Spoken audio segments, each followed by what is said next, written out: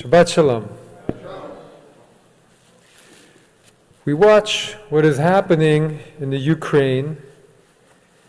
One feels in shock. How could this be happening? How could this be happening? It's as if the clock turned back 35 years or maybe 75 years. And there is a monster terrorizing a nation and the whole world. And our world is already reeling from 2 years under the pandemic of the century, and internal division, fighting against each other in this nation tooth and nail, a world under assault. And now we're all being called to muster a response and to rally with the power of love, with the power of peace, with the power of goodwill and strength and courage against injustice and even evil. Tired as we are from everything else happening. But what else can we do? What else can we do? I think of it in relation to the story of our Parsha, which is on one hand all about the building of a tabernacle, but what's the context?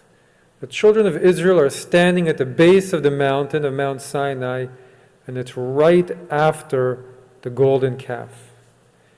That horrible failure where their basest instincts came out and they all fallen into idolatry, worshiping the calf, abandoning all that God had told them directly not to do. And Moses had hurried down the mountain because he'd heard noise coming from there and God had told him something was going on and he would wipe out the people. And Moses said, "Don't wipe out the people." But when he saw what was going on, he himself was filled with rage and broke the commandments. Then a plague had broken out, and Moses and the tribe of Levi went around and by force stopped all the troubles going on. And Moses ground up the golden calf into powder and fed it to all the rebels. And then he went back up the mountain to plead to God, "Don't destroy this people." We can imagine how they felt at the bottom of the mountain, filled with remorse and shame, and how divided they must have felt. It's your fault. No, it's your fault. It's your fault we did this. Oh, it wasn't so bad. Why did Moses make us feel that way? Why are we being punished? We just needed an outlet with just our religious expression. The anger and the fear and the anxiety. And they'd waited for him to come down.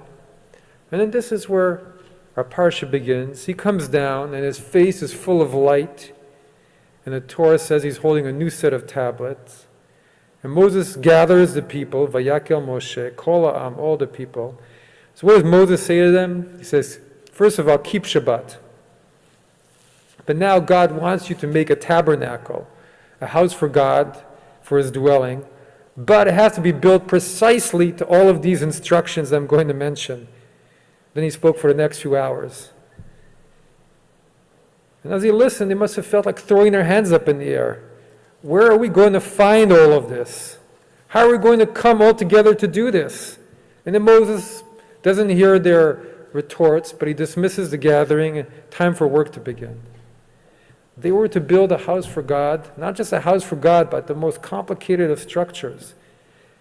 And how many of them, after that failure, could believe that they could do this, that they could bring that task to fruition? And how tired and dejected and shameful and remorseful they were all felt. From where would they find the courage and the inspiration and the energy and the strength of will? They were sinners, they'd just been punished, but they were to build God's house. Could they trust themselves? Could they even trust each other after what had happened? And many must have thought, we're no longer capable to find the unity to do this, never mind being worthy to do this. Moses had come down the mountain with blinding light, gathered them and told them, now you can go build God's house. But all the obstacles, internal and external, must have felt insurmountable. It would have been hard to build a tabernacle under any circumstance, even feeling full of goodwill and unity and everything was good. But after such national failure and trouble, but yet they were called, amidst even all of that, after all their failures and mistakes, to continue on with the mission one step after one step, put one in front of the other, and to find the resources to climb back up the mountain, even feeling the way they did, tired and dejected and not knowing where they themselves stood, where to find the energy and the internal resources. And Moses was telling them, well, now we'll continue with what we were supposed to do, as if this hadn't happened. We're going to go build a tabernacle. And yet, through these endless verses of the Torah that we read through every year, they did it. Detail after detail, they did it. According to God's own plan, perfectly. And the Torah is so excited about it that it repeats it verbatim again and again. The people as slaves, they did it exactly as God commanded. And what an amazing accomplishment it was, and how it must have wiped away all their emotions from what came before. That they'd built something new, something out of the ashes of building the golden calf, a house for holiness, for God, for prayer, for all people, as Isaiah would later say of the temple. And that the divine would now dwell among them, bringing the peace and well-being that they so desperately were looking for. Why they built the golden calf in the first place. What healing it must have brought to them, what a wholeness it must have brought to their lives when they were able to fulfill that impossible task. And this is an idea that's at the very heart of what it means to be Jewish in our world. Finding courage and heart in the midst of tragedy and destruction. I'm just been reading Man's Search for Meaning by Viktor Frankl, part of our book club on Sunday. And that's the powerful core of that book. A man in the concentration camps looking for meaning, looking for what is life about. He doesn't present himself as a religious man, but this is what being Jewish is all about through our history. Later sages, they called this Shvira and Tikkun. Shvira is shattering. The world is a shattered, broken place. And the way the Ari, who invented the term of Tikkun Olam, the way we use it now, saw it, before creation, the world, there was another world, but it couldn't handle the light, and it shattered into millions of pieces. And the light mixed in with the husks of darkness and created the world that we live in now, a world that has both darkness and light. But we have a purpose, and our purpose is to raise those sparks, to return our world to wholeness.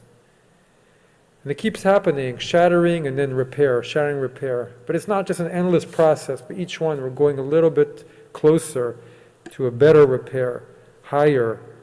A new self emerges closer to wholeness and peace. So it looks as if the world is once again facing one of these moments that we thought was contained to history. And after these 2 years of pandemic and all the internal division in this country that leaves us so tired, wondering how we're going to meet another challenge, can we muster the courage to do what is needed? And are we capable, never mind worthy of the task? But yet we have to believe that we'll find the faith just as we have in the past, and we'll respond just as we have in the past and find the courage. We can be inspired by the people of Ukraine and their love of freedom and what they're doing. And there will also be help, because without divine grace, how can we really rise to the occasion and repair the world? So Moses was coming down the mountain, and his face was shining, and the people were divided and fearful of everything that had happened, and fearful of his glowing face, and wondering what that would mean for them. But he gathered them, and the commentators say it wasn't just a mundane gathering, he just get them together, but it was a special gathering. It was a spiritual gathering. It was a moment to regroup and to realize, put your differences aside, now we need to be together and united and find our strength. God has not rejected you. That's what the Ramban, Nachmanides says. Moses was saying, okay, God has not rejected you, but you still have to build a tabernacle. And just as Moses himself needed to find new strength, how did he feel? He's the one who took them out of Egypt, who made the plagues happen, who took them across the sea, who took them to Mount Sinai, who helped God speak to them. And he came down and he was gone, and they built the golden calf. And everything that he'd built towards seemed to be dissolving. It's not the events that he expected to happen. But he found the courage to go back up the mountain and to challenge God and say, well, what kind of God are you anyway? What is this world that we're living in? And he came back down with his face shining. So they also had to find that courage and faith. They would be okay and that we would get help. And they would learn and grow in the midst of challenges, yes, but they would also learn. God, help us gather spiritually and find the light to drive away darkness, the courage, one day soon, to build a new sanctuary for the world to experience true peace, wholeness, and goodwill. Shabbat Shalom.